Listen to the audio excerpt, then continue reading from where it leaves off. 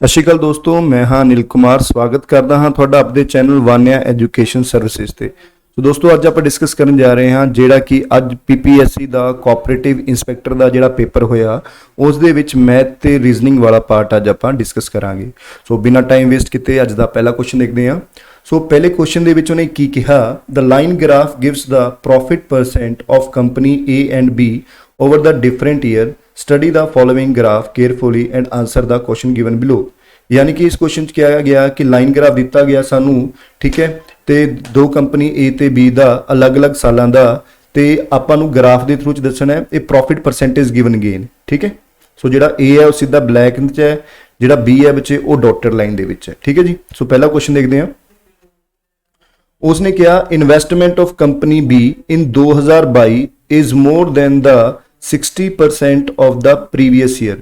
यानी company be the जिहड़ी investment है वो पिछले साल जिन्नी इन्वेस्टमेंट सी उस तो 60% ज़्यादा है।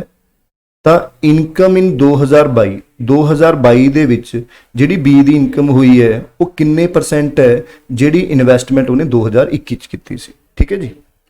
तो अपनी बी बारे गल हो रही है, 2021 है पहला, फिर गल करांगे 2022 ਤਾਂ ਪਹਿਲਾਂ ਉਹਨੇ ਕਿਹਾ ਇਨਵੈਸਟਮੈਂਟ ਵੀ 2022 ਦੇ ਵਿੱਚ ਇਨਵੈਸਟਮੈਂਟ ਪਿਛਲੇ ਸਾਲਾਂ ਨਾਲੋਂ 60% ਜ਼ਿਆਦਾ ਹੈ। ਪਰਸੈਂਟੇਜ ਬਾਰੇ ਗੱਲ ਕਰਦੇ ਹਾਂ। ਆਪਾਂ ਮੰਨਦੇ ਹਾਂ ਵੀ ਜੇ ਪਿਛਲੇ ਸਾਲ ਇਨਵੈਸਟਮੈਂਟ 100 ਸੀ ਤਾਂ ਇਸ ਵਾਰ ਇਨਵੈਸਟਮੈਂਟ 60% ਜ਼ਿਆਦਾ ਯਾਨੀ 160 ਹੋ ਗਈ ਇਨਵੈਸਟਮੈਂਟ ਹੋ ਗਈ। ਹੁਣ ਪ੍ਰੋਫਿਟ ਕਿਹਦੇ ਉੱਪਰ ਹੋਊਗਾ, ਇਨਵੈਸਟਮੈਂਟ ਦੇ ਉੱਪਰ ਹੋਏਗਾ। ਤਾਂ B ਨੂੰ 2022 ਦੇ ਵਿੱਚ ਕਿੰਨਾ ਪ੍ਰੋਫਿਟ ਹੋਇਆ, B ਨੂੰ 2022 ਦੇ ਵਿੱਚ 75% ਪ੍ਰੋਫਿਟ ਹੋਇਆ। यानी 160 ਦਾ ਜੇ ਅਸੀਂ 75% ਸੋਲਵ ਕਰੀਏ ਤਾਂ ਕਿੰਨਾ ਆਇਆ, ਦੇਖੋ ਇੱਥੇ ਜਿਹਨੂੰ ਸੋਲਵ ਕਰੀਏ 25 ਤੇ 75, 25 ਚੌਕਾ 100, ਤਾਂ ਯਾਨੀ ਕਿ ਅਸੀਂ ਕਹਿ ਸਕਦੇ ਹਾਂ 120 ਦਾ ਪ੍ਰੋਫਿਟ ਹੋਇਆ। ਹੁਣ ਇਹ ਇਹਨੇ ਇਨਵੈਸਟਮੈਂਟ ਕੀਤੇ, 120 ਦਾ ਪ੍ਰੋਫਿਟ ਹੋਇਆ, ਯਾਨੀ ਕਿ ਆਪਾਂ ਕਹਿ ਦਾਂਗੇ ਉਸ ਨੂੰ ਇਨਕਮ ਕਿੰਨੇ ਦੀ ਹੋਈ, 280 ਦੀ ਇਨਕਮ ਹੋਈ। ਯਾਨੀ ਇਨਵੈਸਟਮੈਂਟ ਦੇ ਵਿੱਚ ਜਦੋਂ ਅਸੀਂ ਪ੍ਰੋਫਿਟ ਮਿਲਾਤਾ ਤਾਂ B ਨੂੰ 2022 ਦੇ ਵਿੱਚ ਇੰਨੇ ਦੀ ਕੀ ਹੋਈ, ਇਨਕਮ ਹੋਈ, ਠੀਕ ਹੈ ਜੀ। ਤਾਂ ਹੁਣ ਜਿਹੜੀ 2022 ਚ ਇਨਕਮ ਹੋਈ ਹੈ ਉਸ ਦੀ ਪਰਸੈਂਟੇਜ ਕੱਢਣੀ ਹੈ। ਕੰਪੈਰੀਜ਼ਨ ਕਿਹਦੇ ਨਾਲ ਕਰਨਾ ਹੈ, 2021 ਚ ਜਿੰਨੀ ਇਨਵੈਸਟਮੈਂਟ ਕੀਤੀ ਸੀ, ਇਨਵੈਸਟਮੈਂਟ ਕਿੰਨੀ ਕੀਤੀ ਸੀ 100 ਗੁਣਾ ਪਰਸੈਂਟੇਜ ਕੱਢਣੀ ਹੈ ਤਾਂ 100 ਲੱਗ ਜੂਗਾ, ਨਾਲ ਇਹ ਕੱਟ ਗਿਆ। ਸੋ ਆਪਣਾ ਆਨਸਰ ਕੀ ਆ ਜਾਊਗਾ ਬੱਚੇ, 280% ਆ ਜਾਊਗਾ। ਸੋ ਇਸ ਕੁਐਸਚਨ ਦਾ ਆਨਸਰ ਸਹੀ ਕੀ ਹੈ, 280%, ਠੀਕ ਹੈ ਜੀ। ਹੁਣ ਅਗਲਾ ਕੁਐਸਚਨ ਦੇਖਦੇ ਹਾਂ। ਕਹਿੰਦਾ average investment of company A over the year 26 lakh, ਠੀਕ ਹੈ। ਕਹਿੰਦਾ A ਦੀ ਜਿਹੜੀ ਐਵਰੇਜ ਇਨਵੈਸਟਮੈਂਟ ਸੀ ਸਾਰੇ ਸਾਲਾਂ ਦੇ ਵਿੱਚ ਓਵਰਆਲ ਕਿੰਨੀ ਸੀ, 26 ਲੱਖ ਸੀ। ਵਟ ਵਾਜ ਦਾ ਐਵਰੇਜ ਇਨਕਮ ਐਵਰੀ ਈਅਰ, ਹਰੇਕ ਸਾਲ ਦੀ ਫਿਰ ਐਵਰੇਜ ਇਨਕਮ ਕਿੰਨੀ, ਐਵਰੇਜ ਇਨਕਮ ਕੀ ਹੋਊਗੀ। ਹੁਣ ਦੇਖੋ ਸਾਨੂੰ ਜਿਹੜਾ A the overall average income ਦੱਸਦੀ 26 ਲੱਖ ਹੈ। ਹੁਣ ਐਵਰੇਜ ਇਨਕਮ ਤਾਂ ਚਲੋ ਟੋਟਲ ਇਨਕਮ ਪਤਾ ਲੱਗ ਜੂਗੀ, A ਦੀ ਟੋਟਲ ਇਨਕਮ ਇੰਨੀ ਹੈ ਸਾਰੇ ਸਾਲਾਂ 'ਚ, ਪਰ ਕਿਸ ਸਾਲ ਦੇ ਵਿੱਚ ਕਿੰਨੀ ਹੈ ਇਹ ਆਪਾਂ ਨਹੀਂ ਕੱਢ ਸਕਦੇ ਕਿਉਂਕਿ ਹਰੇਕ ਸਾਲ ਦੇ ਵਿੱਚ ਅਲੱਗ-ਅਲੱਗ ਇਨਵੈਸਟਮੈਂਟ ਹੋਊਗੀ ਤੇ ਹਰੇਕ ਸਾਲ ਦਾ ਅਲੱਗ-ਅਲੱਗ ਪ੍ਰੋਫਿਟ ਪਰਸੈਂਟ ਹੈ ਤੇ ਇਨਕਮ ਵੀ ਹਰ ਸਾਲ ਦੀ ਅਲੱਗ-ਅਲੱਗ ਹੋਊਗੀ। ਜੇ ਸਾਨੂੰ ਉਸ ਦੀ ਇਨਵੈਸਟਮੈਂਟ ਹੀ ਨਹੀਂ ਪਤਾ ਹਰੇਕ ਸਾਲ ਦੀ ਕਿੰਨੀ ਹੈ ਤਾਂ ਅਸੀਂ ਹਰੇਕ ਸਾਲ ਦੀ ਇਨਕਮ ਕਿਵੇਂ ਕੱਢ ਲਾਂਗੇ। ਸੋ ਇਸ ਕੁਐਸਚਨ ਦਾ ਬੱਚੇ ਸਹੀ ਆਨਸਰ ਕੀ ਆਊਗਾ, ਡਾਟਾ ਇਨਐਡਿਕੁਏਟ, ਯਾਨੀ ਇਸ ਦਾ ਡਾਟਾ ਸਹੀ ਨਹੀਂ ਦਿੱਤਾ ਹੋਇਆ, ਠੀਕ ਹੈ ਜੀ। ਸੋ ਅਗਲੇ ਕੁਐਸਚਨ ਵੱਲ ਚੱਲਦੇ ਹਾਂ। ਉਹ ਕਹਿੰਦਾ ਇਨਕਮ ਆਫ A ਇਨ 2020 18.6 ਲੱਖ, ਯਾਨੀ ਕਿ A ਦੀ ਜਿਹੜੀ ਇਨਕਮ ਸੀ 2020 ਚ ਉਹ 18.6 ਲੱਖ ਸੀ। ਵਟ ਵਾਜ ਦਾ ਇਨਵੈਸਟਮੈਂਟ, ਤਾਂ ਉਹਦੀ ਇਨਵੈਸਟਮੈਂਟ ਕਿੰਨੀ ਸੀ। ਤਾਂ ਦੇਖੋ ਜੀ ਇਸ ਨੂੰ ਕਿਵੇਂ ਕਰਾਂਗੇ। ਹੁਣ ਆਪਾਂ ਮੰਨਦੇ ਹਾਂ ਵੀ ਜੇ A ਨੇ 2020 ਦੇ ਵਿੱਚ 100 ਰੁਪਏ ਇਨਵੈਸਟ ਕੀਤੇ, ਜਸਟ ਐਗਜ਼ਾਮਪਲ, ਇਹ ਕੀ ਹੋਗੀ ਇਨਵੈਸਟ, ਤਾਂ ਇਨਕਮ ਕਿੰਨੀ ਹੋਈ ਹੋਣੀ 2020 ਚ, ਤਾਂ ਪ੍ਰੋਫਿਟ ਦੇਖਾਂਗੇ ਪਹਿਲਾਂ ਉਹਨੂੰ ਕਿੰਨਾ ਹੋਇਆ। ਤਾਂ A ਨੂੰ ਆਪਾਂ ਪਹਿਲਾਂ ਦੇਖੀਏ 2020 ਦੇ ਵਿੱਚ ਕਿੰਨਾ ਪ੍ਰੋਫਿਟ ਹੋਇਆ। ਜੇ ਤੁਸੀਂ ਦੇਖੋ ਧਿਆਨ ਨਾਲ A ਨੂੰ 2020 ਚ, ਇਹ 2020 ਦੇ ਵਿੱਚ A ਨੂੰ 55% ਦਾ ਪ੍ਰੋਫਿਟ ਹੋਇਆ। ਕਿੰਨਾ ਪ੍ਰੋਫਿਟ ਹੋਇਆ, 55% ਦਾ।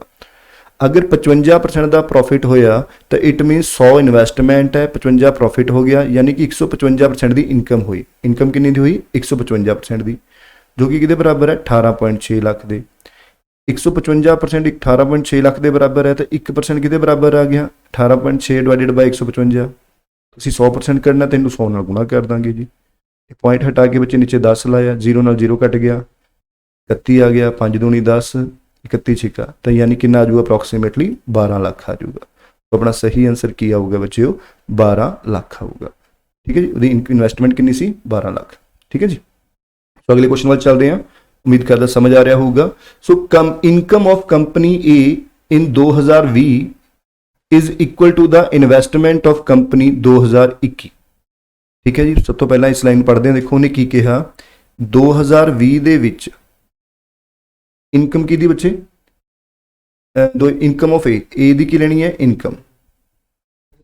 ਠੀਕ ਹੈ, ਤੇ 2021 ਦੇ ਵਿੱਚ ਕੀ ਲੈਣੀ ਹੈ ਇਨਵੈਸਟਮੈਂਟ ਆਫ ਕੰਪਨੀ ਬੀ। ਇਹ ਕੀ ਲੈ ਲਈ ਆਪਾਂ ਨੇ ਇਨਵੈਸਟਮੈਂਟ ਕੰਪਨੀ ਬੀ ਦੀ, ਇਹ ਇਕੁਅਲ ਹੈ ਜੀ। ठीक है जी, तो जे इक्वल है तो यानी कि अगर ये 100 है तो बच्चे ये भी की होगी 100 होगी। जस्ट एग्जाम्पल आप मान लेंगे। ठीक है जी, हुण सानू कहा कि गया कहना what is the ratio, ratio पता करनी है investment of company A, investment of company A. ठीक है, 2020 ਦੇ ਵਿੱਚ ए कंपनी ਦੀ ਜਿਹੜੀ ਇਨਵੈਸਟਮੈਂਟ ਸੀ ਉਹਦੀ ਰੇਸ਼ੋ किहदे नाल बच्चे इन्वेस्टमेंट ऑफ कंपनी बी किन्नी 2021 ਦੇ ਵਿੱਚ 2021 ਦੇ ਵਿੱਚ जिन्नी इन्वेस्टमेंट की है। ठीक है जी, ओके जी, क्लीयर है। सो देखते हैं रेशो कढ़नी है। सो सानू देखो की कहा भी इन्वेस्टमेंट बी दी 2021 ਦੇ ਵਿੱਚ बी दी इन्वेस्टमेंट तो सानू पता ही है बच्चे किन्नी है 100, यानी ये 100 है।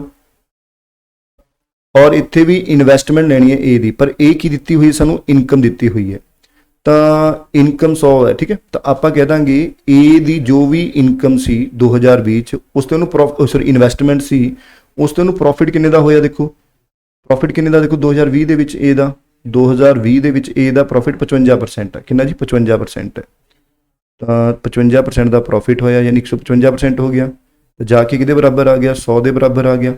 ठीक है जी, तो इन्हूं सॉल्व कर लांगे जी किन्ना 31, ये किन्ना आ गया जी 20।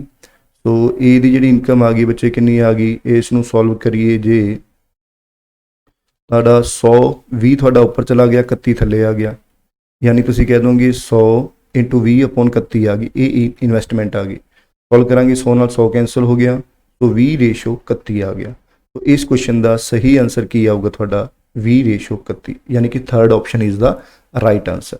सो इस क्वेश्चन का जो सही आंसर है बच्चे वो की आऊगा सी आऊगा। ठीक है जी, सो अगले क्वेश्चन वाल चलते हैं बच्चे। अगला क्वेश्चन बड़ा अच्छा क्वेश्चन है, छोटी जी पजल टाइप सी। तो देखो कहता 5 गोल्फर ने 5 गोल्फर ने किहड़े C D E F and G play a series of match in which following true end of the results इधर सी इज द लास्ट और जी फर्स्ट, या सी फर्स्ट हो सकता है या जी लास्ट हो सकता है। डी फिनिशिस अहेड ऑफ ई। देखो पहली गल तो 5 गोल्फर ने, आप 5 बना लेने 1 2 3 4 ये 5 गोल्फर ने। उन्हें क्या या तो सी पहले नंबर पर आऊगा जी लास्ट आऊगा जी, या की हो सकता जी पहला आ सकता है जी तो सी लास्ट दे विच आ सकता है। ठीक है जी, उन्होंने की कहा भी जो डी है वो ई तो पहला फिनिश करेगा, डी है जोड़ा वो ई तो पहला फिनिश करेगा, D is finish ahead of E. ठीक है, कितने भी हो सकता। Either golfer play and finishes every match. There no tie any match. No two player ever finishes the same position. ठीक है जी, कोई भी प्लेयर ने जेड़े वो दोनों सेम पोजीशन के उपर नहीं खेल सकते। समझ आया जी क्वेश्चन, दोबारा देख लेने हैं। उसने की कहा या तो सी पहला होगा जी लास्ट होगा, या जी पहला होगा सी लास्ट होगा। डी है जेड़ा वो ई तो पहला फिनिश करता है। Every golfer play finishes every match. There is no ties in the match, so that is no player finishes the position. ठीक है जी, होर कुछ अपन इस एक्सट्रा इन्फॉर्मेशन नहीं दी हुई। ਹੁਣ देखो if exactly 1 golfer finish between the C and D, कहता सी ते डी ਦੇ ਵਿਚਕਾਰ सिर्फ एक बंदा ही अगर कोई पोजीशन खेल रहा है, मान लो ये सी है इतने डी आ गया, इतने सी है तो डी है, इन्होंने विचकार एक है।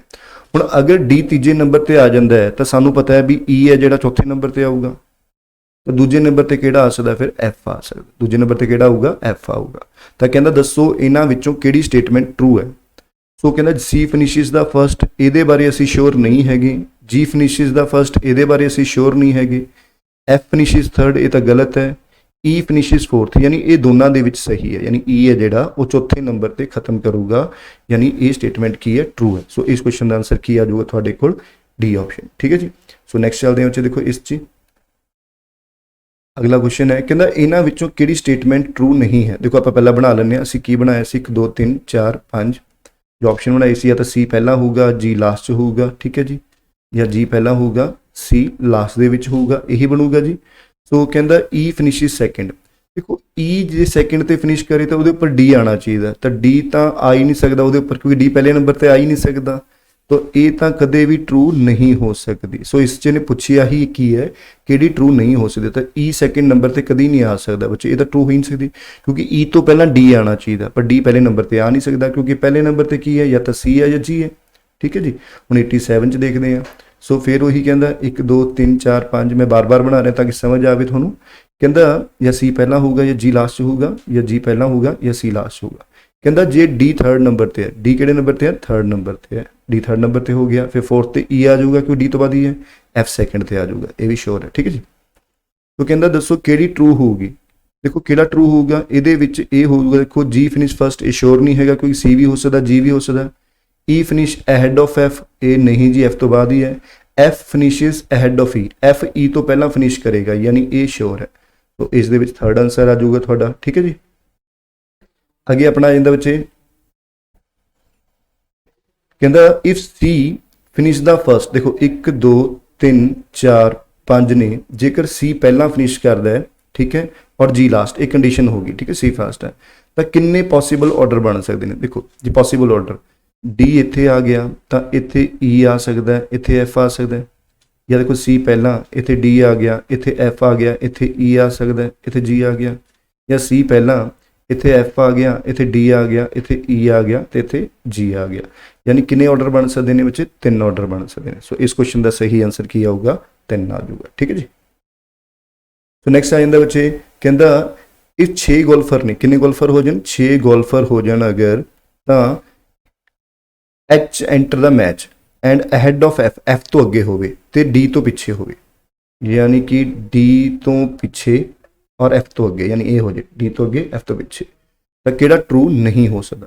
पहली गल तो जी या लास्ट सी तो पहला या तो सी हो सकता या जी आऊगा, या जी आऊगा या सी आऊगा, तो किहड़ा नहीं हो सकता। देखो ये सही ही नहीं हो सकता क्योंकि जे एच 5वें नंबर पर आ गया, जस्ट एग्जाम्पल जे एच 5वें नंबर पर आ गया तो एच डी ते एफ के विचकार आना चाहिए, इत्थे नहीं आ रहा, तो इट मीनस यह है जिहड़ा यह सही नहीं हो सकता। तो इस क्वेश्चन का आंसर की आ जाऊगा डी।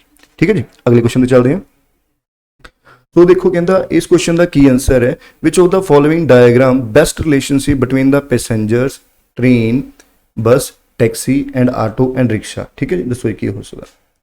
देखो इस कह सकते हैं भी जस्ट एग्जाम्पल ये पैसेंजर ने, पैसेंजर्स ट्रेन च भी जा सकते हैं, पैसेंजर्स बस च भी जा सकते हैं, पैसेंजर्स टैक्सी च भी जा सकते हैं, पैसेंजर्स अपने आटो रिक्शा च भी जा सकते, यानी कि ए वाली कंडीशन आ जाऊगी। तो इस क्वेश्चन का आंसर ई आ जाऊगा। ठीक है, सॉरी डी आ जाऊगा। सो अगे चलते हैं। हुण इस क्वेश्चन च उन्हें की कहा, अपने कोल 5 आर पी 5 आर अगे की है 9 पी 7 एस 9 टी 3 पी 6। ठीक है जी, इसमें सॉल्व करना अपने। ठीक है जी, सो देखो जी की होगा, पहला अपन सॉल्व करने की कोशिश करिए। उन्हें कहा जिथे आर पी का मतलब है जिथे आर है इतने क्रॉस पा दो, यानी क्रॉस 9 हो जाऊगा। जिथे पी है वह मतलब प्लस है, प्लस 7 पा दो जी। जिथे एस है उत्थे की पा दो, माइनस पा दो जी। जिथे टी है जी उत्थे की कर दो, डिवाइड कर दो। और जिथे पी है जी उत्थे की कर दो, प्लस कर दो। सॉल्व करांगे बच्चे। सो पहला बॉड मास के हिसाब नाल पहला डिवाइड हो जाऊगा तो गुणा हो जाएंगे, 5 9 45 तो प्लस 7। 9 ਨੂੰ 3 ਨਾਲ डिवाइड करांगे बच्चे 3 आऊगा।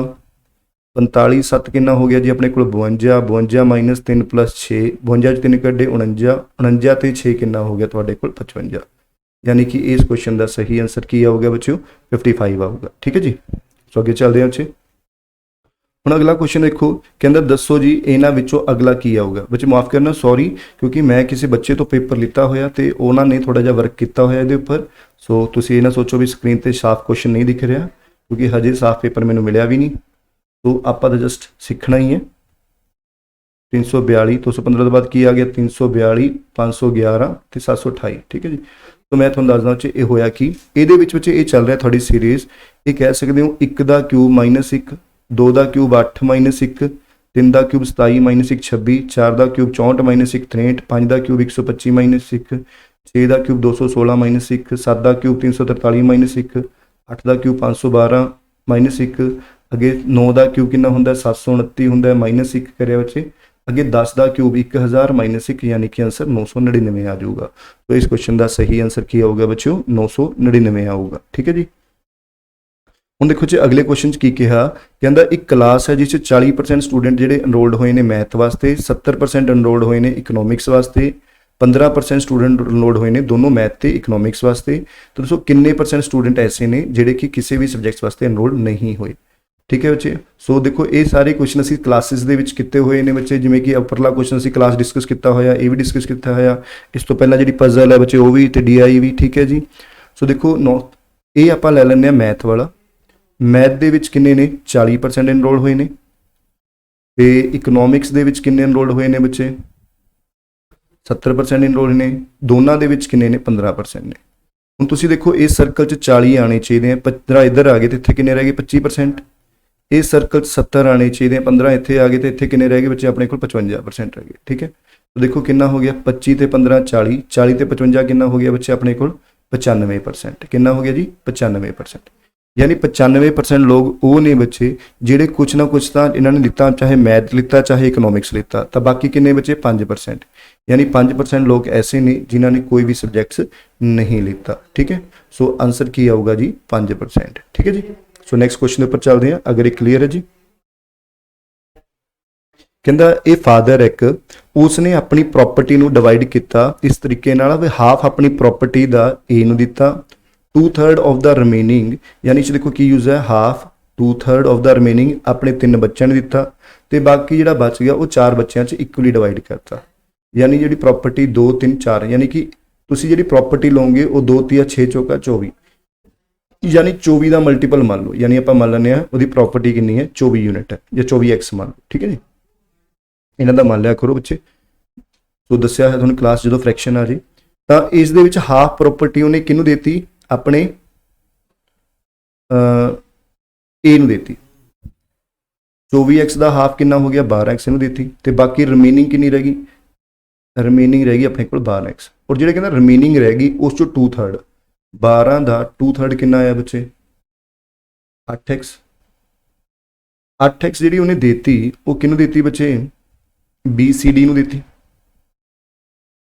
तो जी बाकी रहेगी बाकी कितनी रहेगी 4x, वो किनू देती बच्चे EFGH नू, जिन्होंने बराबर बराबर आई, यानी XX रुपीज़ आई। तो कहता हरेक नू किन्ने मिले उहदे विचों हरेक नू किन्ने किन्ने मिले 30,000। एक्स की वैल्यू कितनी होगी 30,000 होगी, एक्स की वैल्यू कितनी होगी 30,000 होगी।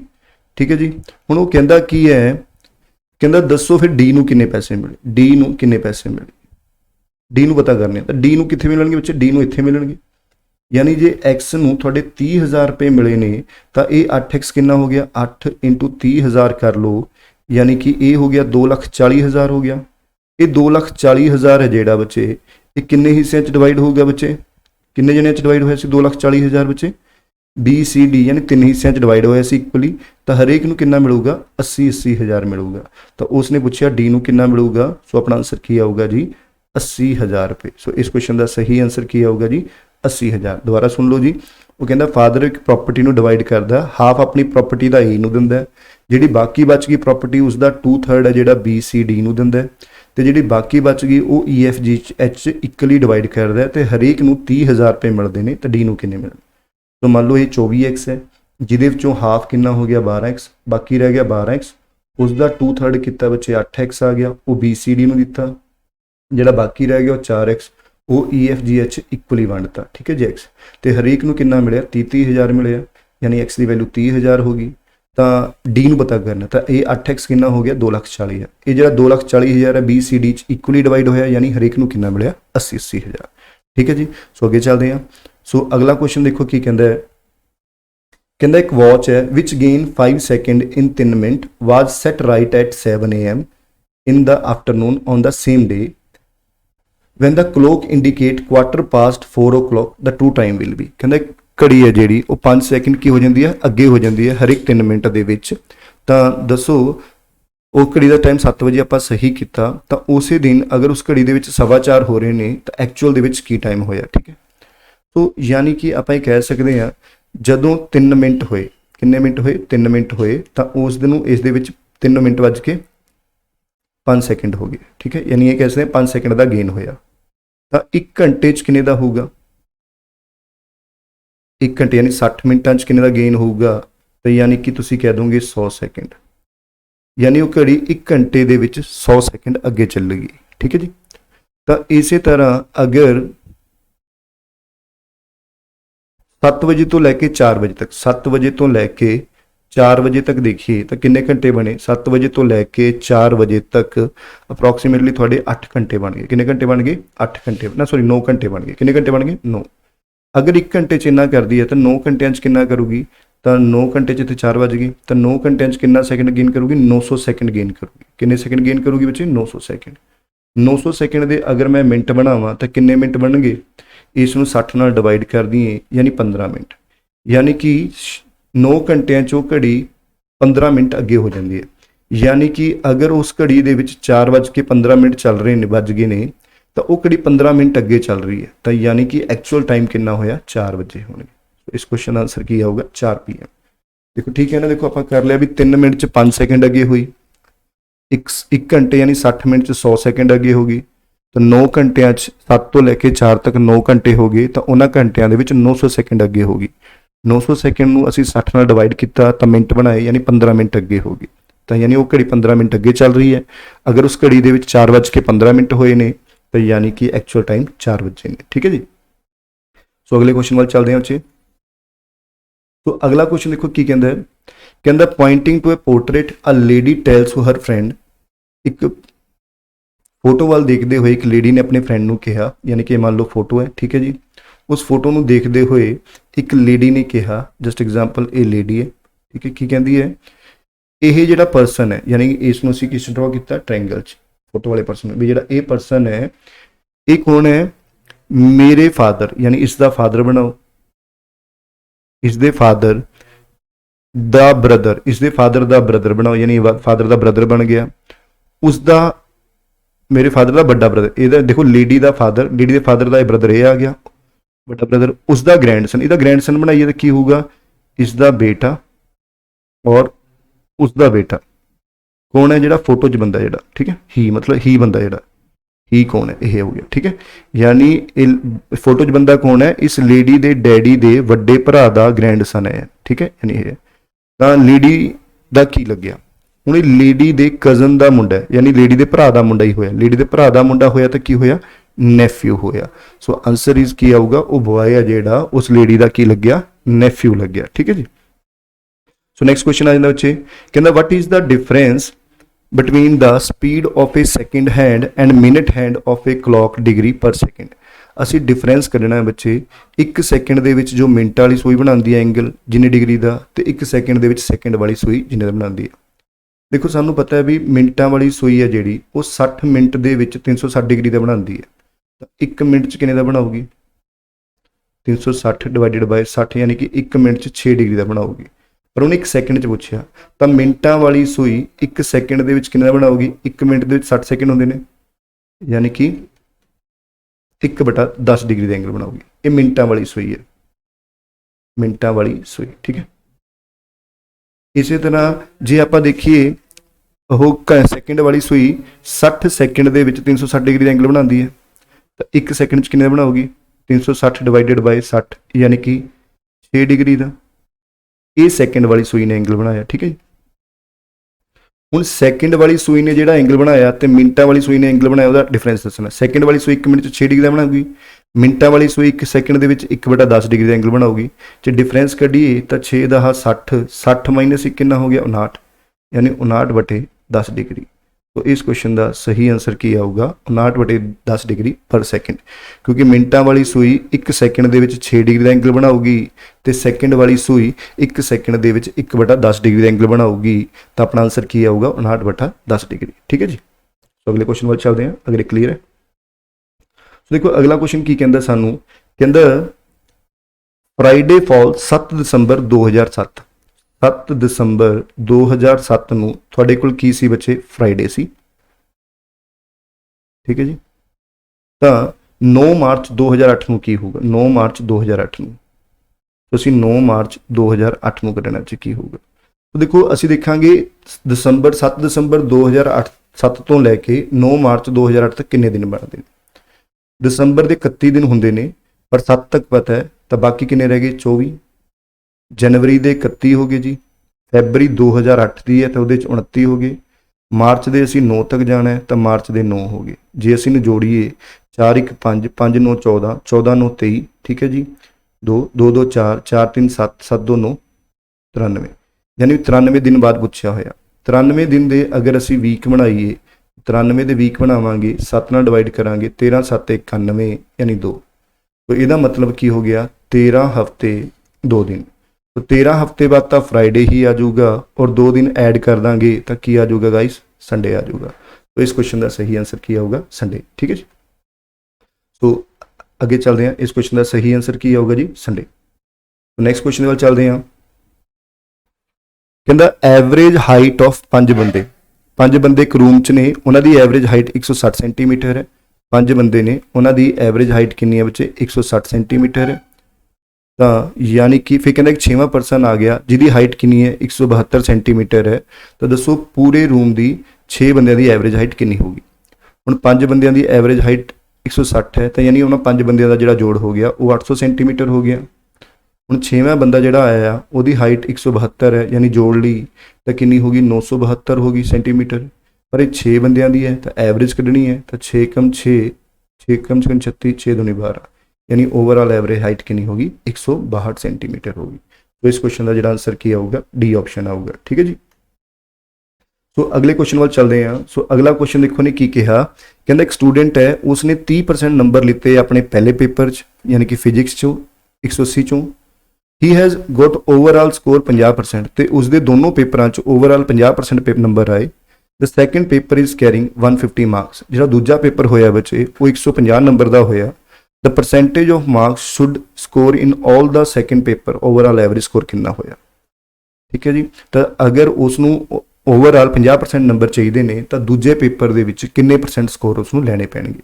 देखो जी, ये पहला पेपर है, ये उसका दूजा पेपर है। पहला पेपर 180 नंबर का, दूजा पेपर 150 नंबर का। तो पहले पेपर चो 30% नंबर आए, जे 180 का मैं 30% कड्डा जी बच्चे कितना आया, 54, यानी पहले पेपर चो 54 नंबर आए।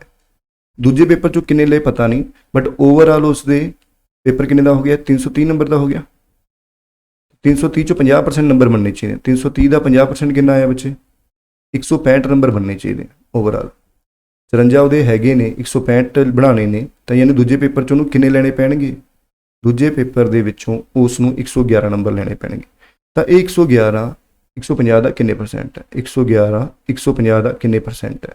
ਉਸ ਨੂੰ ਅਸੀਂ ਅਗਰ ਸੋਲਵ ਕਰੀਏ, 0 5 ਤੇ 15 5 दूनी 100, तो ये 3 3 9 3 7 21, यानी 37 दूनी कितना आ गया, 74%। तो यानी कि उस सैकेंड पेपर के विचों 74% नंबर लेने पैणगे। तो इस क्वेश्चन का सही आंसर की आऊगा, 74%। ठीक है जी। सो अगे चलते हैं। बच्चे पेपर बहुत ही ईजी लैवल पर सी, मैं ये नहीं कह सकता बहुत अच्छे औखे लैवल पर सी, ईजी सी। कहता पेपर है, क्वेश्चन है ऑर्गेनाइजम, ऑर्गेनाइज का जिहड़ा कोड है वो हैगा अपने कोल BHSPDRHM। ठीक है जी। So what is the code of DESTNED, destined. ठीक है। तो देखो जी, ये की रूल लगे, ये तुम कह सकते हो ए दे विच एक प्लस होया B, G च एक प्लस होया H, R च एक प्लस होया S, O च एक प्लस होया P। इस तरह E च एक माइनस होया D, एस च एक माइनस होया आर, आई च एक माइनस होया एच, एन च एक माइनस होया एम, यानी हाफ हाफ करके एक हाफ च प्लस कर रहे हैं, एक हाफ च minus.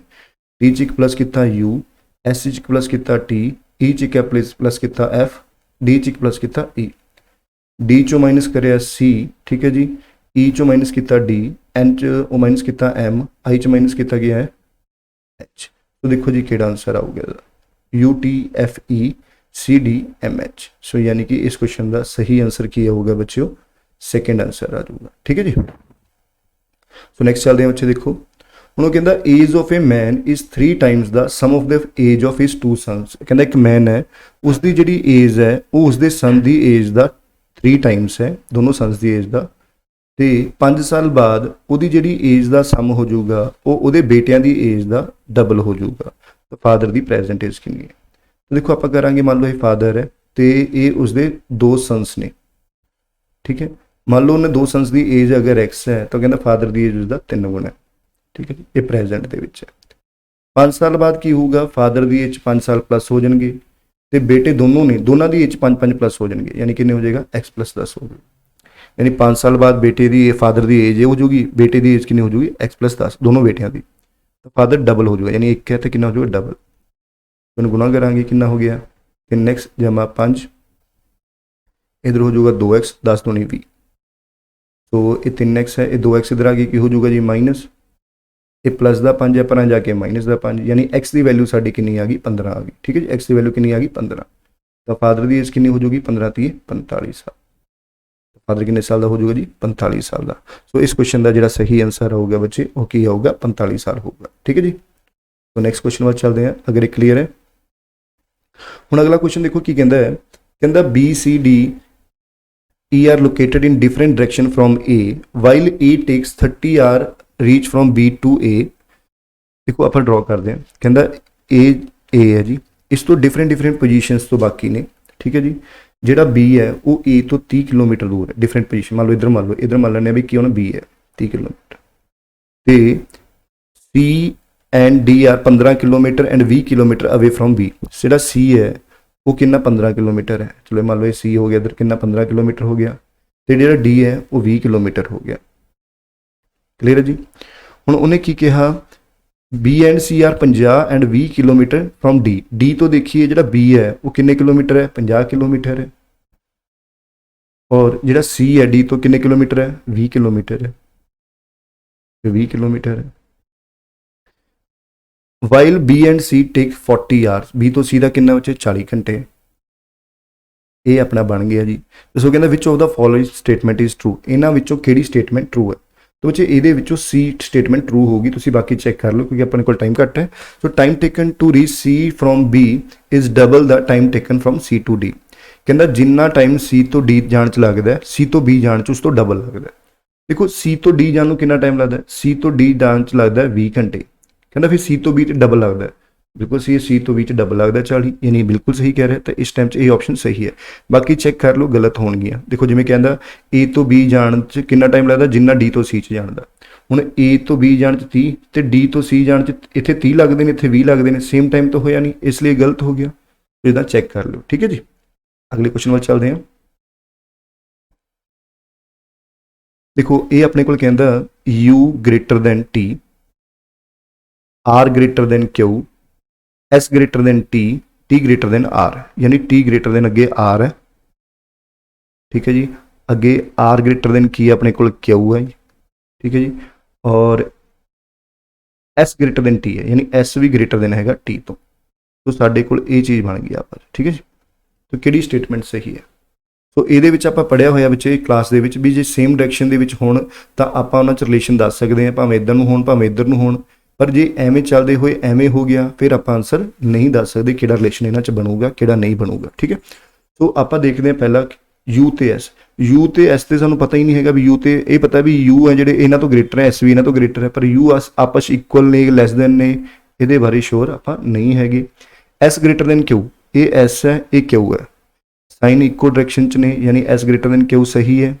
U > R, U R तो ग्रेटर है जी, U ते R दे विच भी साइन इक्को साइन च है, यानी भी सही है, यानी दूजा ते तीजा ओनली सही ने। सो इस क्वेश्चन का आंसर की आ जो अपना B ऑप्शन आ जाऊगा। ठीक है जी, सो देखो ये भी आप क्लास कराया होया भी नंबर ऑफ ट्रायंगल्स काउंट करनी है, किन्ने स्केयर्स ने, सॉरी किन्ने स्केयर्स ने। सो इसका रूल दसिया सी, इन नंबरिंग दे लो 1 2 3 4 1 2 3।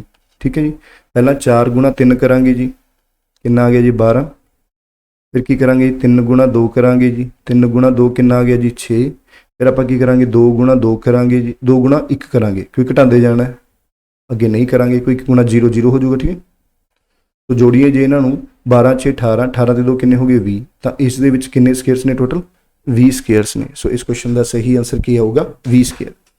नैक्सट क्वेश्चन वाल चलते हैं बच्चे, कहते एक स्नेल है बॉटम ते है of a 20 metre deep pit. ठीक है, 20 मीटर जाना है, every day snail climb 5 metre upward but at night it slide 4 metre back downward. कहते एक स्नेल है उसने 20 मीटर उपर जाना है, ठीक है, बट वो करता की है 5 मीटर उपर चढ़ता दिन के, पर रात को 4 मीटर की हो जाता नीचे हो जाता, किन्ने दिनों च वो टॉप पर पहुँच जाऊगा। सो बच्चे इस दे विच ये मोंकी वाली एग्जाम्पल आप क्लास करते होंगे, क्वेश्चन भी सेम है बच्चे तो सलेम आ गया भी वो 5 मीटर उपर जाता है तो की हो जाता है 4 मीटर नीचे स्लिप हो जाता है। यानी 1 मीटर ही उपर जा पाता है। तो इस कुछ तरह के क्वेश्चनस करने ਨੂੰ मैं ਤੁਹਾਨੂੰ तरीका दस्या सी भी ਜਿਹੜਾ ਇਹ ਉੱਪਰ ਗਿਆ ਪਹਿਲਾਂ टॉप चों माइनस कर दो, 20 चों 5 ਕੱਢੇ यानी 15। सब तो पहला ਆਪਾਂ ਦੇਖਾਂਗੇ 15 मीटर कितनी देर च जाऊगा। 1 मीटर ਜਾਂਦਾ ਉੱਪਰ किन्ने ਦਿਨਾਂ ਚ, 1 दिन ਦੇ ਵਿੱਚ। ਤਾਂ 15 मीटर किन्ने ਉੱਪਰ ਜਾਊਗਾ ਬੱਚੇ, 15 ਦਿਨਾਂ ਚ। ਹੁਣ ਇਸ ਤੋਂ ਬਾਅਦ ਅੱਗੇ ਫਿਰ 5 मीटर ਚੜੂਗਾ ਬੱਚੇ ਤਾਂ ਉੱਪਰ ਪਹੁੰਚ ਗਿਆ। 15 ਦੇ 5 ਕਿੰਨੇ ਹੋ ਗਏ, 15 ਤੇ 1 16 ਦਿਨ, यानी 16 ਦਿਨਾਂ ਦੇ ਵਿੱਚ ਉਹ ਕੀ ਹੋ ਜਾਊਗਾ, टॉप ਤੇ ਪਹੁੰਚੂਗਾ। ਸੋ ਇਸ ਕੁਐਸਚਨ ਦਾ ਸਹੀ ਆਨਸਰ ਕੀ ਆਊਗਾ, 16 ਦਿਨ। ਠੀਕ ਹੈ ਜੀ। ਦੇਖੋ ਪਹਿਲਾਂ ਮੈਂ ਕਿਹਾ ਸੀ 20 ਦੇ ਵਿੱਚੋਂ ਉਹ ਮਾਈਨਸ ਕਰ ਦੇਣਾ ਜਿਹੜਾ टॉप ਤੇ ਚੜਦਾ। 20 ਚੋਂ 15 ਮਾਈਨਸ ਕਰਤਾ यानी ਕਿੰਨਾ ਰਹਿ ਗਿਆ, 5 ਮਾਈਨਸ ਕਰਤਾ यानी 15। ਸੋ 1 ਮੀਟਰ ਉਹ 1 ਦਿਨ ਚ ਉੱਪਰ ਜਾਂਦਾ ਹੈ ਤਾਂ 15 ਮੀਟਰ ਕਿੰਨੇ ਦਿਨ ਚ ਜਾਊਗਾ, 15 ਦਿਨਾਂ ਚ। 15 ਤੋਂ ਬਾਅਦ ਫਿਰ ਉਹ ਕੀ ਕਰੇਗਾ, 5 ਮੀਟਰ ਉੱਪਰ ਚੜੂਗਾ यानी कि 15 5 20 ਹੋ ਗਿਆ ਤੇ 15 ਤੇ 1 16 ਦਿਨ ਹੋ ਗਏ। ਠੀਕ ਹੈ ਜੀ। तो अगले क्वेश्चन पे चलते हैं। तो अगला क्वेश्चन देखो उन्हें की कहा, कहता एक पाइप ए है जिहड़ा कि फिल करदा है 700 लीटर की कैपेसिटी वाली टैंकी नूं 40 लीटर पर मिनट। 700 लीटर की टैंकी है वो 40 मीटर 1 मिनट च भरदा है। ठीक है जी, 40 लीटर 1 मिनट च भरदा है। तो यानी कि वो 1 मिनट च कितना भरदा है, 70/40 लीटर। यानी कट के करिए, चलो 70/40 कर लो। बी है जोड़ा वो सेम 30 लीटर 1 मिनट च भरदा है। तो यानी कि 700/30 कर लीए तो किन्ने मिनट च भर जाऊगा, 70/30। तो जोड़ा सी है जी वो 20 मिनटां च खत्म कर दिंदा। वो 700 लीटर टैंकी नूं 20 मिनटां च खत्म कर दिंदा है। यानी कि 1 मिनट च कितना खत्म करदा है, 35 लीटर। ठीक है, 35 लीटर च मतलब 1 मिनट च 20 खाली करदा तो पूरी टैंकी किन्ने मिनट च खत्म कर दूंगा, 35 मिनटां च। सो आपां पहलां की लवांगे, टैंकी की कैपेसिटी लवांगे। टैंकी की कैपेसिटी ले लेंगे जी। ठीक है जी, 70 20। ठीक है जी, 40 ते 30 70 70 20 50। ठीक है 50। वैसे अपने सीधा भी हो जाऊगा, सो अपने इन्ना लंबा करने की लोड़ भी नहीं। सो आप सीधा सीधा इत्थों ही यूज़ कर लें। देखो आप टैंकी की कैपेसिटी 700 लीटर मनते हैं। टैंकी की कैपेसिटी कितनी है, 700 लीटर है। ए की करदा है 1 मिनट दे विच 40 लीटर भरदा है। बी 1 मिनट दे विच 30 लीटर भरदा है तो सी 1 मिनट दे विच 20 लीटर खाली करदा है। ठीक है जी। तो दसो 700 लीटर है जी कितनी देर दे विच खाली हो जूगी। ठीक है जी, यही क्वेश्चन बनया अपना। चलो देखते हैं। पहले मिनट ए ने भरी तो ए ने भरी, ए कितनी भर दूगा, 40 लीटर भर दूगा। दूजे मिनट बी भर दूगा, कितना भर दूगा जी, 30 लीटर भर दूगा जी। तीजे मिनट की होगा, सी ने चलाती, सी 20 मिनट खाली कर दूगा। उसने यही किया ना, पहला ए नू ओपन किया 1 मिनट लिए फिर बंद करता, फिर बी नू ओपन किया 1 मिनट लिए फिर बंद करता, फिर सी नू ओपन किया 1 मिनट लिए फिर सी बंद करता। इस तरह ही प्रोसैस चलता रहा। तो टैंक दसो कितनी देर च भरया जाऊगा। तो पहले मिनट ए चलिया तो 40 लीटर भरता। दूजे मिनट बी चलिया उसने 30 लीटर भरता। तीजे मिनट सी चलिया उन्हें 20 लीटर खाली करता। यानी कि ओवरऑल 3 मिनटां दे विच, किन्ने मिनटां च, 3 मिनटां दे विच 50 लीटर पानी भरया गया। 3 मिनटां च 50 लीटर पानी भरया गया। तो हुण 50 लीटर पानी तो भरया गया, चलो ठीक है जी। तो कितनी बारी ये प्रोसैस रिपीट होगा, देखो तो आपां कह दिंदे आ भी 650 लीटर पानी कितनी देर च भरया जाऊगा। तो ये प्रोसैस नूं 13 बार रिपीट होना पਊਗਾ। कितनी बार रिपीट होगा, 50 लीटर करके 13 बार रिपीट होना पਊਗਾ। ठीक है जी, 13 बार 3-3 मिनट आ गए तो 13 तीह कितने हो गए जी, 39 मिनट। यानी कि असी कह सकते हैं 39 मिनटां दे विच कितनी टैंकी भरेगी, 650 लीटर भरेगी। उस तो बाद अगला टर्न किहदा आऊगा, ए दा आऊगा। ए की करूगा बच्चे, फिर अपनी 40 लीटर टैंकी भर दूगा। तो यानी कि कितना हो गया, 690 हो गया। तो मिनट किन्ने हो गए, 39 दे विच 1 मिनट होर जुड़ गया, यानी 40 मिनट हो गए। हुण रह गई टैंकी कितनी, 10 लीटर भरनी है, वो आके बी भर दूगा। हुण बी जिहड़ा 10 लीटर भरूगा कितनी देर च भरूगा, बी ने 10 लीटर भरनी है तो कितनी देर च भरूगा। बी 1 दिन दे विच 30 लीटर भरदा है तो 10 लीटर कितनी देर च भरूगा, 10 नूं 3 नाल डिवाइड कर देंगे। यानी कि 1/3 मिनट च, 1/3 मिनट च, क्योंकि पूरे मिनट च 30 लीटर भरदा है तो 10 लीटर 1/3। ये सैकेंड बना लाँगे, यानी कितने आ गए 20 सैकेंड। तो यानी 20 सैकेंड इत्थे लगे, 40 मिनट हो गए तो 20 सैकेंड उपर लग गए। तो यानी कि अपना आंसर की आऊगा, टैंकी 40 मिनट 20 सैकेंड दे विच भरी जाऊगी। सो इस क्वेश्चन का सही आंसर की आऊगा, 40 मिनट 20 सैकेंड। तो यानी कि डी ऑप्शन। तो काफ़ी बच्चे इतने कन्फ्यूज हो गए होने, पर आंसर डी आऊगा, 40 मिनट 20 सैकेंड। ठीक है जी, सो उम्मीद करना समझ आया होगा। सो अगला क्वेश्चन देखते हैं। ਕਹਿੰਦਾ but least number must B added, ਕਿਹੜਾ ਲੀਸਟ ਨੰਬਰ ਅਸੀਂ ਐਡ ਕਰੀਏ ਕਿਹਦੇ ਵਿੱਚ 1056 ਚ, ਤਾਂ ਕਿ ਜਿਹੜਾ ਇਹ ਨੰਬਰ ਹੈ ਪੂਰਾ 23 ਤੇ ਡਿਵਾਈਡ ਹੋ ਜੇ। ਸੋ 1056 ਚ ਕਿਹੜਾ ਨੰਬਰ ਜੋੜੀਏ ਤਾਂ ਕਿ 23 ਤੇ ਡਿਵਾਈਡ ਹੋ ਜੇ। ਪਹਿਲਾਂ ਆਪਾਂ 23 ਤੇ ਡਿਵਾਈਡ ਕਰਕੇ ਦੇਖਦੇ ਹਾਂ। ਤਾਂ ਦੇਖੋ ਕੀ ਆਊਗਾ, ਇੱਕ ਮਿੰਟ ਵਿੱਚ ਸੌਰੀ, ਸੋ 23 ਤੇ ਡਿਵਾਈਡ ਕਰਕੇ ਦੇਖਦੇ ਹਾਂ। ਸੋ ਕੀ ਆਇਆ 23 69, 23 ਚੌਕਾ 92, ਸੋ 23 ਚੌਕਾ 92 ਆ ਗਿਆ ਜੀ। ਸੋ ਇੱਥੇ ਕੀ ਆ ਗਿਆ ਸਾਡੇ ਕੋਲ 13 ਆ ਗਿਆ ਜੀ, ਠੀਕ ਹੈ ਜੀ। ਸੋ ਉੱਪਰੋਂ ਤਾਰਾ 136, ਸੋ 23 5 ਕਿੰਨਾ ਹੋ ਗਿਆ 115। ਸੋ ਬਾਕੀ ਕਿੰਨਾ ਬਚਿਆ, ਬੱਚੇ ਸਾਡੇ ਕੋਲ 21 ਬਚ ਗਿਆ। ਹੁਣ ਯਾਨੀ ਕਿ ਇਹ 23 ਹੈ, ਇਹ 21 ਹੈ, ਪੂਰਾ ਡਿਵਾਈਡ ਕਰਨ ਲਈ ਸਾਨੂੰ 2 ਹੋਰ ਚਾਹੀਦਾ। ਜੇ 2 ਹੋਰ ਹੁੰਦਾ ਤਾਂ ਇਹ 23 ਤੇ ਡਿਵਾਈਡ ਹੋ ਜਾਂਦਾ, ਯਾਨੀ ਕਿ ਸਾਨੂੰ ਕਿੰਨਾ ਹੋਰ ਜੋੜਨਾ ਪਊਗਾ, 2 ਹੋਰ ਜੋੜਨਾ ਪਊਗਾ। ਸੋ ਇਸ ਕੁਐਸਚਨ ਦਾ ਸਹੀ ਆਨਸਰ ਕੀ ਆਊਗਾ 2। ਸੋ ਸਾਨੂੰ ਕੀ 23 ਤੇ ਪੂਰਾ ਡਿਵਾਈਡ ਹੋ ਜੇ ਤਾਂ ਸਾਨੂੰ 2 ਜੋੜਨਾ ਪਊਗਾ। ਹੁਣ ਅਗਲਾ ਕੁਐਸਚਨ ਕੀ ਹੈ, ਕਹਿੰਦਾ देयर आर 5 ਬੁੱਕਸ ਨੇ A B C D E ਇੱਕ ਟੇਬਲ ਦੇ ਉੱਪਰ ਰੱਖੀਆਂ। ਦੇਖੋ ਇੱਕ ਟੇਬਲ ਦੇ ਉੱਪਰ ਰੱਖੀਆਂ ਨੇ, A ਬਿਲੋ E, A ਨੂੰ ਕਿਧਰ ਨੀਚੇ ਰੱਖਿਆ, E ਦੇ ਨੀਚੇ ਰੱਖਿਆ। C is placed D ਤੋਂ ਉੱਪਰ, C ਨੂੰ D ਤੋਂ ਉੱਪਰ ਰੱਖਿਆ। B ਬਿਲੋ A, B ਨੂੰ ਕਿਧਰ ਰੱਖਿਆ, A ਦੇ ਬਿਲੋ ਰੱਖਿਆ। ਤੇ D ਨੂੰ E ਦੇ ਅਬਵ ਰੱਖਿਆ, D ਨੂੰ E ਦੇ ਅਬਵ ਰੱਖਿਆ। ਉਹਦੇ ਉੱਪਰ ਫਿਰ ਕਿਹੜੀ ਹੋ ਗਈ, C ਹੋ ਗਈ। ਕਹਿੰਦਾ ਦੱਸੋ ਕਿਹੜੀ ਬੁੱਕ ਹੈ ਫਿਰ ਜਿਹੜੇ ਟੇਬਲ ਦਾ ਸਰਫੇਸ ਟੱਚ ਕਰੂਗੀ। ਟੇਬਲ ਦਾ ਸਰਫੇਸ ਨੇ ਇਹਦੇ ਉੱਪਰ ਰੱਖੀ ਹੋਈਆਂ ਨੇ, ਤਾਂ ਕਿਹੜੀ ਬੁੱਕ ਨੇ ਟੇਬਲ ਦਾ ਸਰਫੇਸ ਟੱਚ ਕਰ ਰਹੀ ਹੈ, B ਬੁੱਕ। तो इस क्वेश्चन का सही आंसर आऊगा B बुक। ठीक है जी। ਹੁਣ ਇਸ ਕੁਐਸਚਨ ਦਾ ਅੱਗੇ ਕੀ ਆਨਸਰ ਦੇਖੋ, ਕਹਿੰਦਾ right the following question logical sequence. Logical sequence ਦੇ ਵਿੱਚ ਦੱਸੋ ਕੀ ਕਰਾਂਗੇ। ਦੇਖੋ ਸਭ ਤੋਂ ਪਹਿਲਾਂ ਆਪਾਂ ਕੀ ਲਵਾਂਗੇ, ਕੀ ਤੋਂ ਬਾਅਦ ਕੀ ਖੋਲਾਂਗੇ, ਲੌਕ ਖੋਲਾਂਗੇ, ਲੌਕ ਤੋਂ ਬਾਅਦ ਫਿਰ ਡੋਰ ਖੋਲਾਂਗੇ, ਡੋਰ ਤੋਂ ਬਾਅਦ ਫਿਰ ਜਾ ਕੇ ਰੂਮ ਦੇ ਵਿੱਚ ਅਸੀਂ ਰੂਮ 'ਚ ਐਂਟਰ ਹੋਵਾਂਗੇ, ਰੂਮ ਤੋਂ ਬਾਅਦ ਫਿਰ ਸਵਿਚ ਔਨ ਕਰਾਂਗੇ। ਯਾਨੀ ਪਹਿਲਾਂ 3 ਨੰਬਰ ਕਰਨਾ ਪ੍ਰੋਸੈਸ ਕਰਾਂਗੇ, ਫਿਰ ਅਸੀਂ 1 ਨੰਬਰ ਪ੍ਰੋਸੈਸ ਕਰਾਂਗੇ, ਫਿਰ 2 ਨੰਬਰ, ਫਿਰ ਰੂਮ 'ਚ ਐਂਟਰ, ਫਿਰ ਓਪਨ। तो यानी इस क्वेश्चन का सही आंसर की आऊगा बच्चे, ए ऑप्शन आ जाऊगा। ठीक है जी। सो अगे चलते हैं, देखो कहता A B C D, एक बार A है जेड़ा किसी काम नूं करदा बच्चे 12 दिनां च, B उसे काम नूं करदा 15 दिनां च, C उसे काम नूं करदा 20 दिनां च। ठीक है जी। तो टोटल काम की है जे आपां नूं देखीए तो एलसीएम कितना आ गया जी, 60 यूनिट आ गया जी। A एक दिन च 5 यूनिट करदा है, B एक दिन च 4 यूनिट करदा है, C एक दिन च 3 यूनिट काम करदा है। ठीक है जी। सारे जने मिलकर कितना करते हैं, 5 4 9 3 12 यूनिट। उन्होंने की किया, सारे बंदियां ने इकट्ठे काम शुरू किया जी, A B ते C ने। पर जो काम खत्म होना सी उस तो 3 दिन पहला B ते C काम छड्ड के A ते C काम छड्ड के चले गए। यानी फिर उन्होंने 3 दिनों च B ने काम किया। ठीक है जी। तो B ने 3 दिन, लास्ट 3 दिन काम किया। तो दसो पूरा काम कितने दिनों च होया। B एक दिन च 4 करदा है तो 3 दिनों च कितना किया, 12। पूरा 60 करना सी जी, ਜਿਹਦੇ ਚੋਂ ਲਾਸਟ 'ਚ 3 ਦਿਨਾਂ 'ਚ 12 ਹੋਇਆ, ਬਾਕੀ ਰਹਿ ਗਿਆ 48। ਉਹ 48 ਕਿੰਨੇ ਕੀਤਾ, A B ਤੇ C ਨੇ ਜੀ। ਅਗਰ A B C 48 ਕਿੰਨੇ ਦਿਨ 'ਚ ਕਰ ਦੇਣਗੇ, ਇੱਕ ਦਿਨ 'ਚ ਕਰਦੇ ਨੇ ਉਹ 12, ਤਾਂ 48 ਕਿੰਨੇ ਦਿਨ 'ਚ ਕਰ ਦੇਣਗੇ ਜੀ, 4 ਦਿਨਾਂ 'ਚ। ਸੋ ਆਪਣਾ ਆਨਸਰ ਆ ਗਿਆ 4 ਦਿਨ, ਇਹ ਹੋ ਗਏ। ਤਾਂ ਪੂਰਾ ਕੰਮ ਕਿੰਨੇ ਦਿਨ 'ਚ ਹੋਇਆ, 4 ਇਹ 3 ਇਹ, ਯਾਨੀ ਕਿ ਪੂਰਾ ਕੰਮ 7 ਦਿਨਾਂ 'ਚ ਹੋਇਆ। ਸੋ ਇਸ ਕੁਐਸਚਨ ਦਾ ਸਹੀ ਆਨਸਰ ਕੀ ਆਊਗਾ ਬੱਚਿਓ, 7 ਦਿਨ ਆਊਗਾ। ਠੀਕ ਹੈ ਜੀ। तो नैक्सट क्वेश्चन पर चलते हैं। तो अगला क्वेश्चन की कहता है, कहता रमेश है सर्टेन नंबर ऑफ मैंगोज। रमेश को कुछ मैंगोज ने, if there 3 mangoes get rotten, जेकर 3 मैंगो नूं की करदे खराब हो गए। ठीक है जी। तो जिहड़े बाकी बचे मैंगो ने वो 6 बराबर हिस्सों च वंडे जाते हैं। जेकर 2 मैंगो बराबर की खराब हो गए तो जिहड़े बाकी बचे मैंगो ने वो 7 बराबर हिस्सों च वंडे जाते हैं। तो दसो किन्ने मैंगो ने रमेश को। बच्चे इसनूं यूजिंग ऑप्शन करोगे तो ज़्यादा वधिया रहूगा।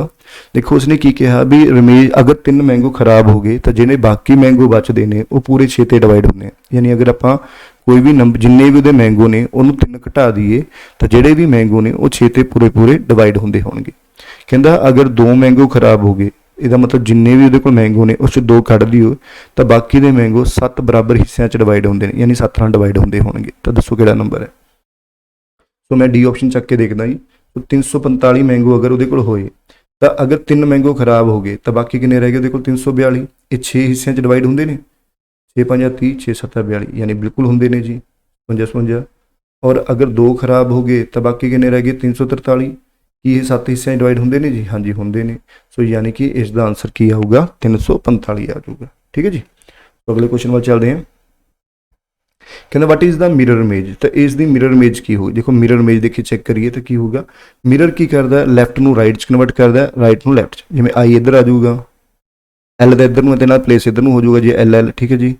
ए अपना ई रहूगा जी, ए पी इधर नूं तो इधर नूं हो जाएंगे दोनों, पी इधर नूं फिर इधर नूं। ठीक है जी। तो फिर ए उस तो बाद की है, ए अपना इधर नूं ही रहूगा जी, फिर अपना आर इधर में तो आर इधर में हो जाऊगा जी। फिर अपना आई उवें रहूगा, एच भी उवें रहूगा, ठीक है जी। सी अपना ऐ हो जाऊगा जी, तो फिर यू थोड़ा ऐ हो जाऊगा जी, आर थोड़ा फिर इधर में हो गया जी, तो आई टी ऐ रहूगा। सो इस क्वेश्चन का सही आंसर डी आऊगा। तुसीं चैक कर लियो बच्चे, इस तरीके नाल बनूगा मिरर इमेज, क्योंकि मिरर लैफ्ट में राइट ते राइट में लैफ्ट कन्वर्ट कर दिंदा है। सो इधर आ जाने बच्चे हुण क्वेश्चन ते। कहना देयर आर 3 इंडियंस की ने 3 इंडियंस ने एंड 3 चाइनीज ने एक ग्रुप के 6 बंदियां दे। हाउ मैनी सब groups can be chosen so that every सब ग्रुप हैज़ एटलीस्ट 1 इंडियन। तो दसो किन्ने ग्रुप्स बनणगे ताकि हरेक ग्रुप्स दे विच घट्टो घट्ट एक इंडियन जरूर होवे। सो इनू किवें करांगे देखो बच्चों, 3 इंडियन ने 3 चाइनीज ने अपने को, ठीक है जी। तो किन्ने बनणगे, हरेक इंडियन घट्टो घट्ट होना चाहिए। देखो पहला ग्रुप लाने भी ओनली इंडियंस ही होंगे, या तो एक इंडियन हो सकता है मतलब 3 सिख, या 2 इंडियन हो सकते हैं, या तीनों ही इंडियन है, मतलब चाइनीज़ कोई नहीं, ओनली इंडियंस, ठीक है जी। हाँ ए केस हो सकता प्लस ए केस हो सकता प्लस ए केस हो सकता। ये कितना हो गया देखो 3C1 सॉल्व करोगे तो की आ जाऊगा थोड़े को 3 ही आ जाऊगा। सेम 3C2 खोलोगे तो भी 3 आऊगा, 3C3 खोलोगे तो 1 आऊगा। खोलना दिखा देना थोनों, NCR फैक्टोरियल खोलने का फंडा होंगे N factorial N minus R factorial into R factorial, यानी 3 फैक्टोरियल, तिना चो एक खड्डे बचे 2 फैक्टोरियल इंटू 1 फैक्टोरियल। सॉल्व करोगे 3 इंटू 2 1, 2 नाल 2 कट गया, सो आंसर 3 आ गया, ठीक है। ये तुसीं इस तरीके नाल सॉल्व कर सकते हो, ठीक है। दूजा केस की कर सकते हैं, ओनली 1 इंडियन, भी एक इंडियन हो, ठीक है।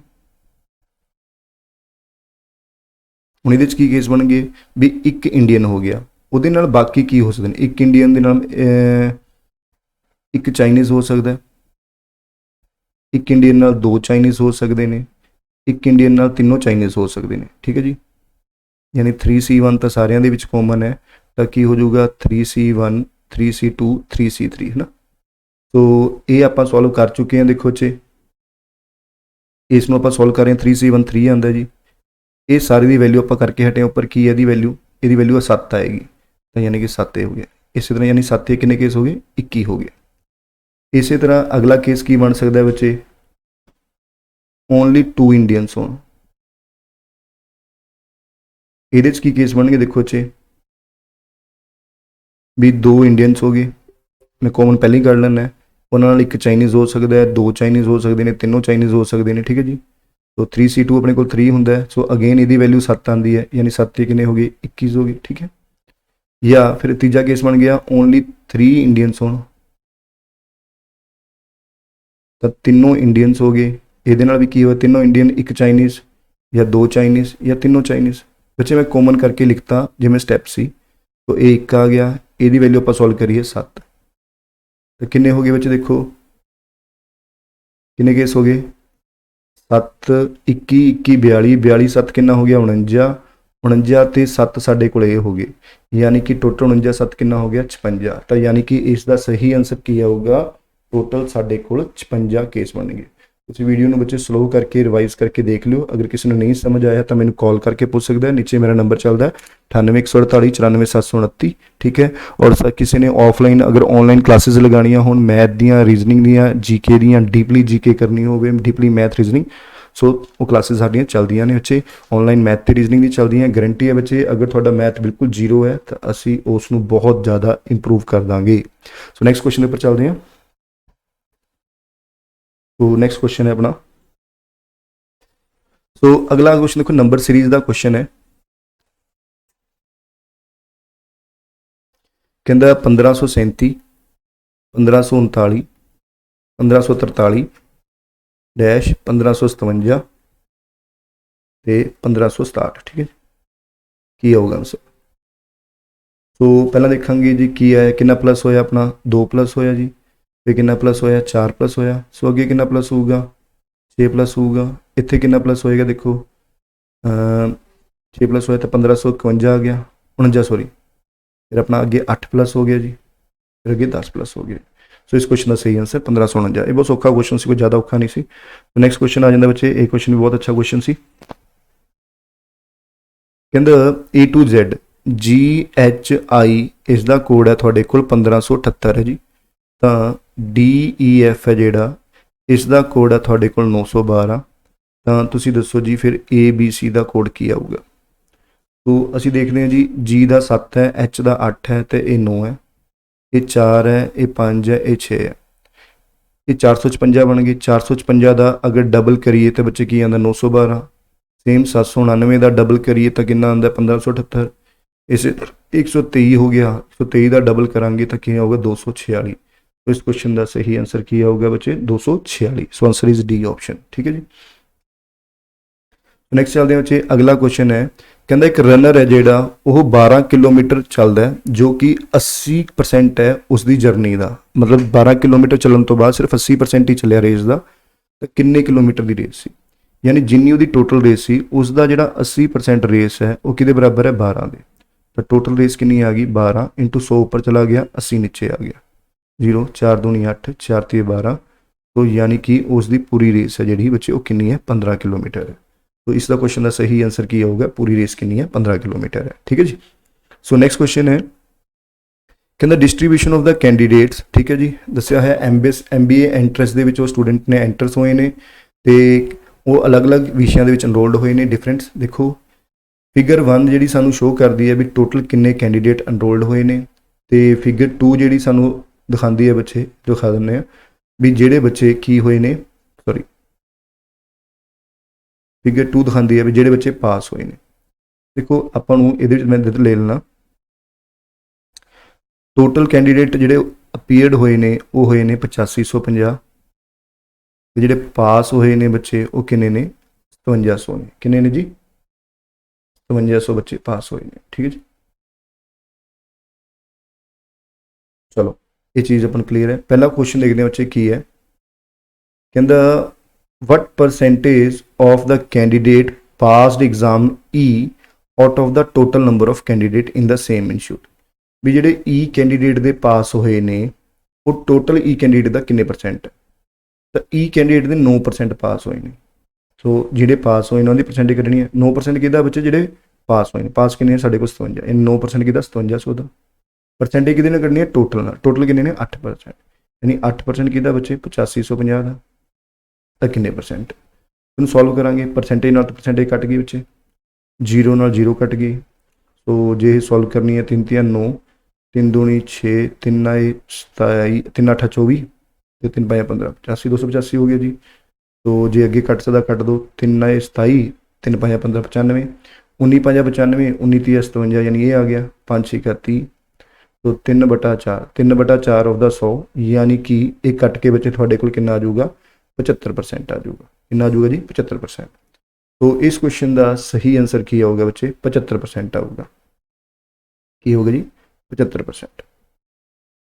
ठीक है जी। दूजा क्वेश्चन देखो की कहता है कहता what is the percentage of candidate pass of candidate unrolled institute B and C together. तो जेडे B एंड C कैंडीडेट जो पास ने वो टोटल का किन्ने परसेंट ने। अगेन सेम करांगे, देखो B ते C च किन्ने पास हैं, B ते C च 17 ते 30% पास ने। 30% किदा 5700 का, टोटल किन्ने ने B ते C 15 ते 10 किन्ने 25%। 25% किदा बच्चे अपना 8550 का, किन्ने परसेंट है परसेंट नाल परसेंट कट गया जी। तो 0 नाल 0 कट गई थोड़ी, 3 दूनी 6 3 8 24। ठीक है जी।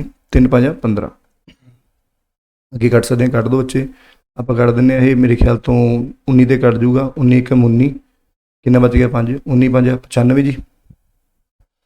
19 3 57 यानी 300 आ गया जी। ये 15 तो फिर कट जाएगा, 15 दूनी 30 4/5 4/5 ये कट गया 20 जी। तो यानी कि ये आ गया साढ़े को 80% आ गया। सो इस क्वेश्चन का सही आंसर क्या होगा 80% आऊगा। ठीक है जी। तो नैक्सट क्वेश्चन आ जाता बच्चे the number of candidate passed in institute D and A, number of candidate passed in institute D and A together exceed the number of candidate enrolled E and C। देखो D ते A दे विच जिहड़े पास होए ने ते E ते C दे विच जिहड़े enrolled होए ने उन्हां दा डिफरेंस दसना। हुण D ते A च पास किन्ने होए ने, D च पास होए ने बच्चे अपने कोल 16, A च किन्ने पास होए ने 18। 16 ते 18 नूं अगर आपां ऐड करिए 34%, यानी 5700 का 34%। ਤੇ ਈ ਤੇ ਸੀ ਦੇ ਵਿੱਚ ਕੀ ਹੋਏ ਨੇ ਜਿਹੜੇ ਅਨਰੋਲਡ ਹੋਏ ਨੇ। ਈ ਦੇ ਵਿੱਚ ਕਿੰਨੇ ਨੇ ਦੇਖੋ 8% ਹੈ, ਸੀ ਦੇ ਵਿੱਚ ਕਿੰਨਾ 10 ਯਾਨੀ 18%।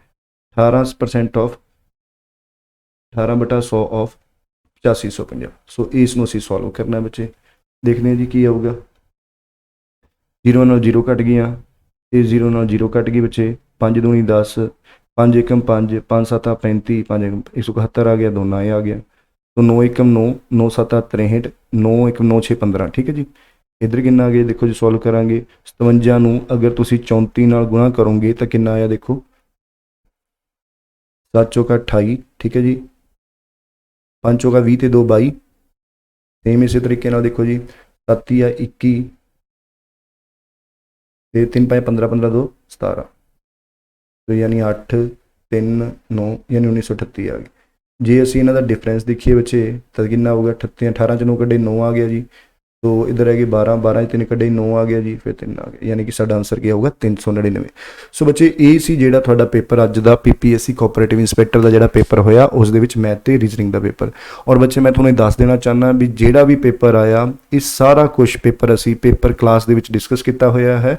ਸੋ ਸਾਡੀਆਂ ਆਫਲਾਈਨ ਤੇ ਆਨਲਾਈਨ ਕਲਾਸਿਸ ਚੱਲ ਰਹੀਆਂ ਨੇ। ਸੋ ਅਗਲੇ ਆਉਣ ਵਾਲੇ ਜਿੰਨੇ ਵੀ ਪੇਪਰ ਨੇ, ਵੀਡੀਓ ਦਾ ਹੋਵੇ, ਕਾਂਸਟੇਬਲ ਦਾ ਹੋਵੇ, ਸਬ ਇੰਸਪੈਕਟਰ ਦਾ ਪੇਪਰ ਹੋਵੇ, ਉਹਨਾਂ ਦੀਆਂ ਕਲਾਸਿਸ ਸਪੈਸ਼ਲ ਕਲਾਸਿਸ ਚੱਲ ਰਹੀਆਂ ਨੇ 4-4 3-3 ਘੰਟੇ ਵਾਲੀਆਂ।